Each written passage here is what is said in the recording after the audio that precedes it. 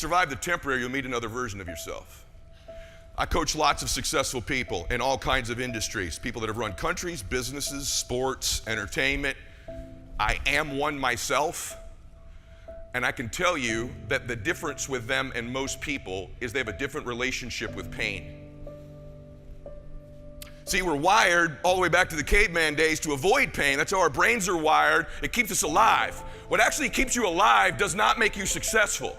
And so our proclivity is to avoid pain and discomfort. And when we're going through it, we try to get through it in such a way that it doesn't cause us much pain. I had Phil Heath. I have the best business and self-development podcast in the world. It's the #1 podcast in that space in the world. You should listen to it.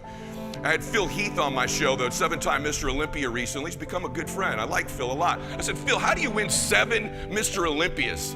That's a big deal. Not one, to win it once is miraculous, right? How do you win 7 times? And he gave me an answer on the podcast. I go, that's not why. He goes, well, why? I said, you have a different relationship with pain than everybody else. You pursue it and chase it when you go in the gym because you know on the other side of that pain, you get introduced to another set of legs. You get introduced to another set of biceps. You get introduced to another set of abs, so you're willing to go through it. Most guys will do what they can to minimize it, mitigate it, or avoid it. My dad was an alcoholic till I was 15. I'm so strongly believe that people can change their life because I watched my hero do it. I watched my hero change from living terribly as a father and a husband and a person into the last 35 years of his life being the best man I've ever met. So when I say I believe people can change, I say that from experience. I watched my hero do it. But growing up, I want you to imagine this. I'm 5 years old. I have 3 little sisters. And I had to figure out real quick when my dad got home every day, by the time I was 5, which guy was walking through that front door. And I would get next to the front door as a little boy, 5 years old, and I would watch my old man walk through that door. And I could see his tonality. I could read his face. I could smell his tie tied right. Is his hair a little disheveled? How's he walking? At 5 years old. And if he was drinking, I'd say, Mimi, get the sisters upstairs. Mama, go take a shower. And I would leave myself alone with this man downstairs.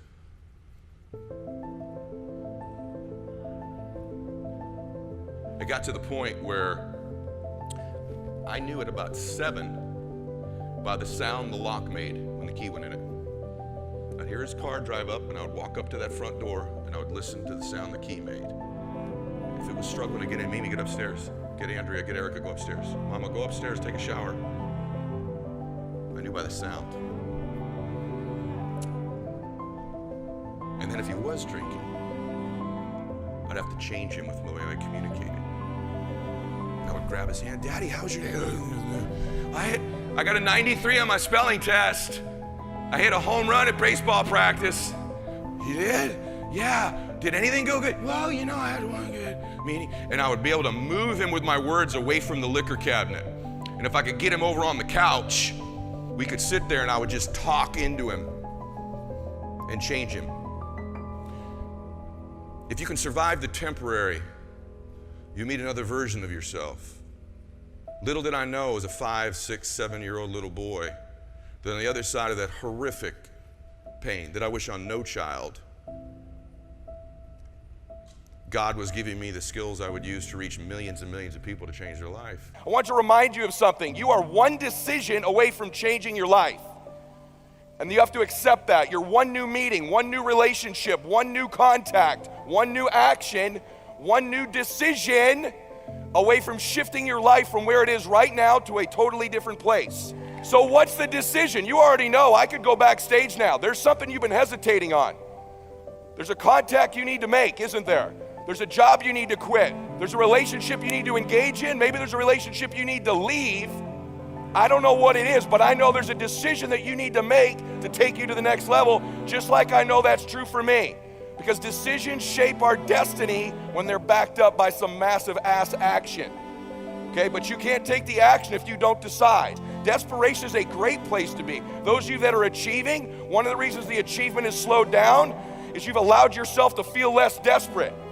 When you were broke and starting your business, or when you were brand new in your relationship and you were desperate to get her to love you or desperate to get him to love you, you took massive big action. How many of you are moms in the room? Raise your hand.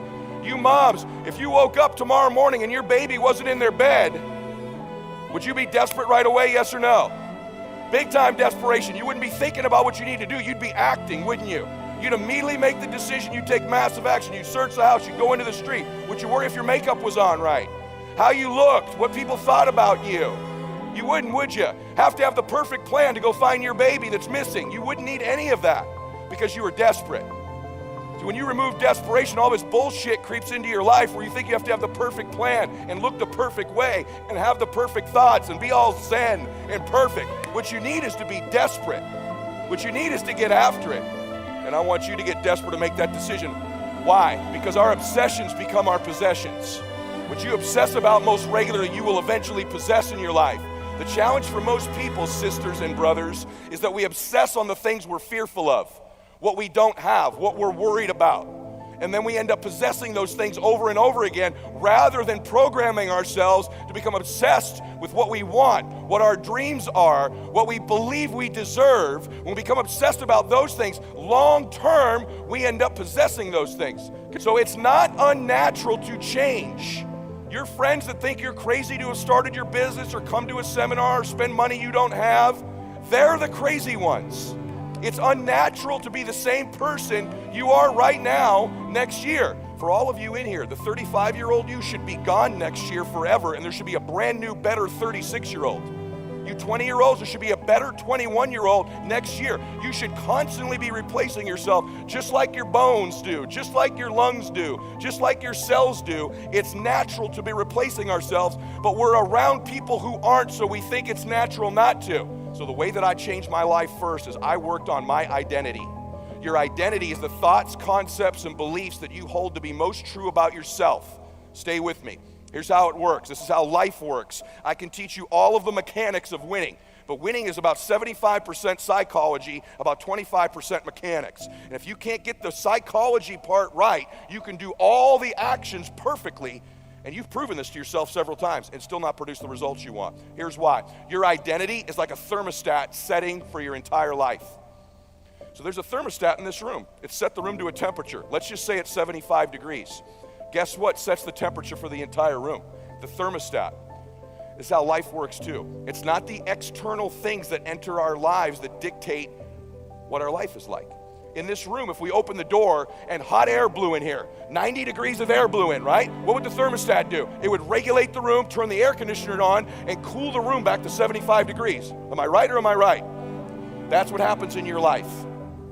You have a thermostat setting for your relationships, for your faith, for your money, for your wellness, for your body, for your spirituality, for your business. And what's happened to you over and over again is you start to get you're a 75 degree, or let's say in business, and you start to get it going, don't you? It's going better than it's ever gone before. The results are incredible. And then all of a sudden, 90 days later, you've cooled your life back down to 75 degrees again. You've had great relationships in your life, but you're 75 degree or inside, the relationship's beautiful, it's wonderful, everything's incredible. 90 days later, you've cooled it back down to 75 degrees. In your body, you had a 75 degree identity physically, and you got in shape, you started eating good, you were working out, you're a 90, 95 degree body. 90 days later, you cooled it back down to 75 again. This regulates everything in our life. So you can't get out over your skis. You can't exceed your identity long term. It'll never happen. This is why people's lives yo-yo up and down, because they always work on the external mechanics and not the internal identity of their lives. And this governs your happiness, your peace, your fitness, your money, all of it. I'm standing up here because I'm great at adjusting my thermostat. See, when I was broke, and I was broke longer than I've been rich, you know what I'd always do when I walk into a store? I'd never get what I wanted. I'd always check the price tag. What's it cost? What's it cost? What's it cost? What's it cost? And when you're always looking at what it costs, you never get what you want. And a lot of us do that in our lives. Every day we're repeating to ourselves, what's this costing me? The sacrifice I'm going, I don't know if I can go through anymore. And you lose what you want. You got to quit negotiating the price. Right now, make the decision that any price is worth it as long as it's legal, ethical, and moral for you to make your family proud of you, for you to make your dream happen. Stop negotiating the price. This negotiation you keep doing in your mind, is this really where I'm supposed to be? Is this what I'm supposed to be doing? It steals all your energy. It steals your focus. But those of you that get laser focused, become totally immersed in your dream, that know those babies of yours, your parents, guess what? They're worth the sacrifice. I don't know whether or not you're going to live, but I know for sure you're going to die. And I don't know whether or not you're going to live before you die. Most of us are not living because we're so worried about what everybody thinks about us, or maybe what we don't feel about ourselves. Let me say something to you real clear. If you spend the rest of your life worrying about what everybody thinks about you, someday you'll never have to worry about it again, because when you die, nobody will remember you were here. Stop worrying about what these people think about you. Live your dream. Worry about the people you love. And by the way, I know some of the very people you're doing it for are the ones not supporting you. They're the ones telling you to quit. They're the ones giving you heck. Just do it anyway. You were born to do something great with your life. You were born to do something magic in small ways, in big ways, in quiet ways. Maybe it's not going to be millions of dollars. Maybe it's going to be one person you inspire with your story, what you overcome. One kind word, one message, one moment with one person can change the world. And I know you're capable of it. And whoever made you feel special, and if there was nobody like that in your life, I apply for the position. If you're with me daily in my podcast, in my media, in my social media, I apply for the position to believe in you, because I know how great you are. I know what you're capable of. I know this, your dream's going to be tattered all the time. Sometimes you just got to hold it together with hope. Sometimes you got to hold it together with a little Velcro, right? I don't know what you got to hold it together with, but here's what I know about you last. Listen to me. You were born to do something special with your life. You're not invisible. You're loved. You're cared for. You're cherished. You're believed in. You came here with a purpose. Time is running out on you. There's 86,400 seconds in a day. The separator between me and you and people that win and lose is what we do with those seconds. And you're too slow. You're too cool. You're too casual. You think too much. You need to get in a hurry. The separator in this room, you're all learning the same things. The separator is going to be who takes massive action quickly. If you don't start getting after your dream, it'll get old and dated and stale because you keep wrapping it in cellophane. You keep waiting until you know a little more. Till I know a little more. Till I know a little more. If I just knew a little more, that's BS. You don't need to know a little more. You need to execute a little more. You need to get after it. You need to make some mistakes. Perfection is the lowest possible standard. Quit trying to be perfect. You don't need to know everything. The best people I know in business, they take action when they don't know everything.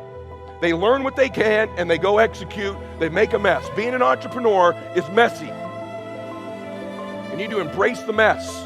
Embrace the chaos. You're never going to know everything you think you need to know. That's why my low IQ, and I'm not kidding when I say that, is to some extent an advantage. I don't think about all the stuff I don't need to know. Every single day has to be a pursuit to get better, to improve, to grow, to stretch, because you are ultimately chasing the destiny version of you. Do you hear me on that? Say yes. So every decision you make in business, every call you have, whether you go to the gym or not, you need to put it through this paradigm, through this barometer. Does this decision, does this relationship I'm in, does this choice I'm making right now put me closer to becoming that man or woman or further away? Listen, you got to get a little bit more intense about your life, about your business. You got to stop being so dadgum casual. You got to get in the game. If you're going to play the game, let's play to win it. Let's play to max it out. Let's play to 10x it. Right or wrong, right?